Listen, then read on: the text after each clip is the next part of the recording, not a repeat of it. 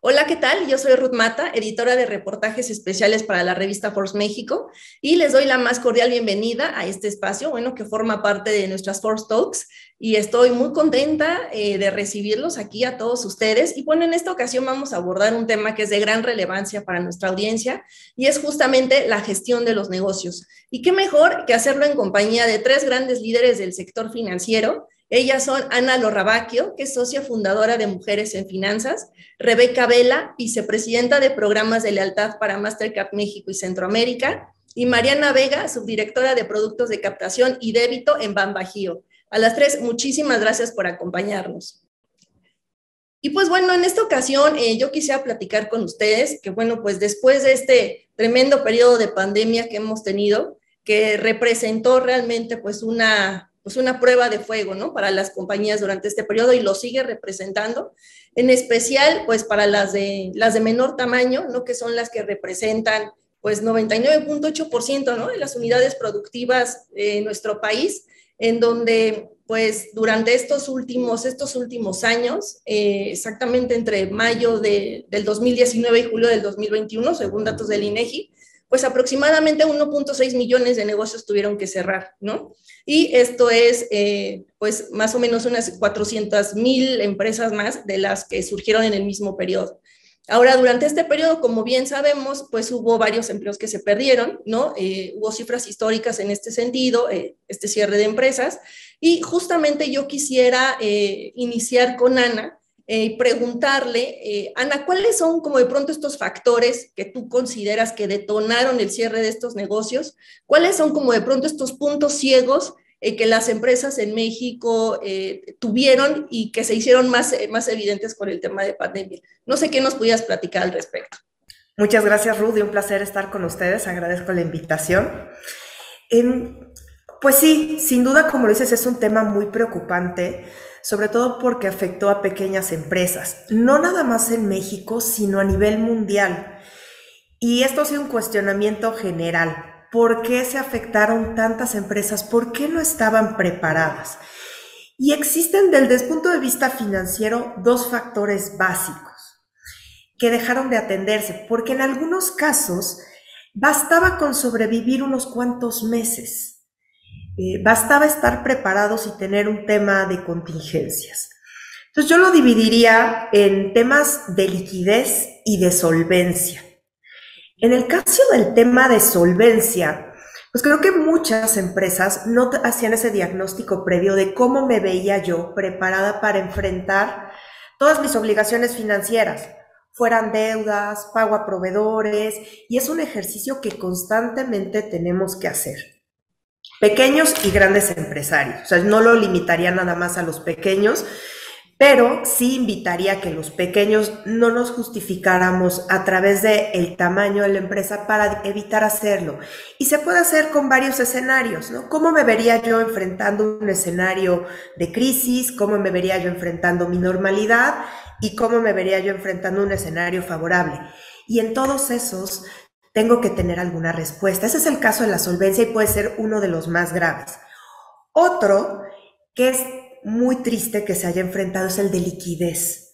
¿Por qué? Porque las empresas tenían activos que podían respaldar esas obligaciones.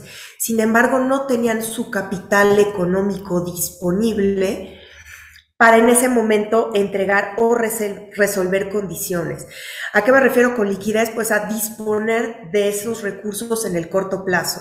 Entonces, en resumen, creo que con una adecuada planeación, siendo pequeña, mediana o grande empresa, podríamos llegar a hacer frente a estos temas. Ahora, hay que poner en contexto, es una realidad que después de la crisis financiera de 2008, el crecimiento de las empresas pequeñas ha sido menor al que se experimentaba antes de 2008. Entonces, aquí se presenta otro reto, ¿no? El que tenemos que ser innovadoras, que tenemos que poner más énfasis en cómo nos vamos a diferenciar y crecer. Muchísimas gracias, Ana. Y justo la verdad, tú tocas un punto súper relevante, ¿no? Que es el aspecto financiero, ¿no? El tema de flujo financiero. Y en este sentido, yo quisiera preguntarle a Mariana, ella justamente, ¿cómo vio, ¿no? ¿Qué tanto pesó esta parte financiera el flujo de efectivo, también el cese de operaciones de las empresas, vemos que fue sumamente relevante. Pero ellos como proveedores de soluciones financieras, ¿qué nos pueden decir sobre esta evolución de la demanda de capital por parte de las empresas? Y pues sobre todo, ¿cuáles fueron como esas necesidades más apremiantes que ustedes notaron? Mariana, no sé qué me pudieras platicar al respecto. Muchas gracias, Ruth, gracias por la invitación. Rebeca, Ana, encantada de coincidir con ustedes. Bueno, ¿qué tanto pesó el rubro financiero? Realmente durante la pandemia y en general yo creo que en la vida de las empresas, el tema financiero es fundamental. Las empresas que mantienen una estructura administrativa adecuada, unas finanzas sanas, son aquellas que pueden ser más resilientes ante las eventualidades que presenta el mercado.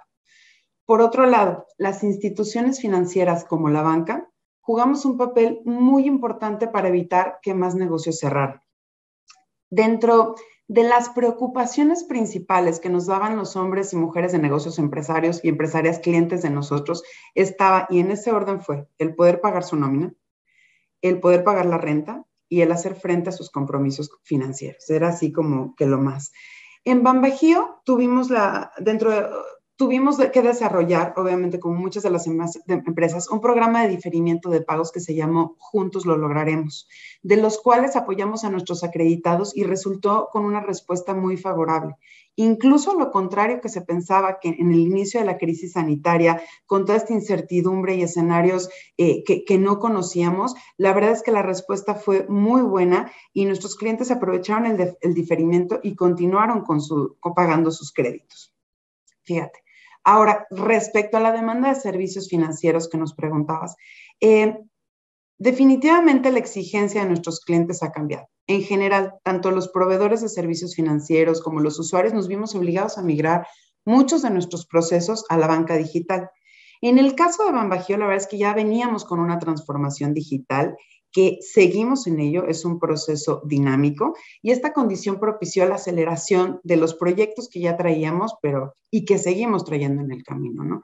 El reto más grande para nosotros fue acompañar a nuestros clientes en su propia digitalización y cómo seguirlos atendiendo aún a la distancia. Abrir nuevos canales, inclusión en redes sociales, estar presentes en distintas plataformas, eso para nosotros fue clave. Ante la incertidumbre generada por esta pandemia, detectamos que los empresarios además buscaban en su banco asesoría, acompañamiento, capacitación en herramientas para gestionar sus finanzas, en específico los PYME, y justo ahí es donde muchos negocios descubrieron una ventana que no habían explorado, adoptando soluciones de pago digitales y de comercio electrónico. Te comento, un estudio de America's Market Intelligence para Latinoamérica y el Caribe dice que el 53% de los negocios de esta región sigue sin recibir pagos electrónicos. Y sin embargo, los que ya tienen, que es el 82% de los negocios que hoy ya reciben pagos electrónicos y el 74% de los que tienen pagos en línea vieron el repunte inmediato en sus ventas. Entonces, es una pequeña muestra de los beneficios para adoptar este tipo de canales y en BanBajío, pues estamos listos para apoyarlos. Muchísimas gracias, Mariana, y la verdad tocas un tema también súper relevante que es todo este tema de la transformación digital y esta necesidad de apoyarse también en el tema tecnológico, pues para continuar con el desarrollo, con el crecimiento y sobrevivir hoy en día, ¿no? En este ecosistema.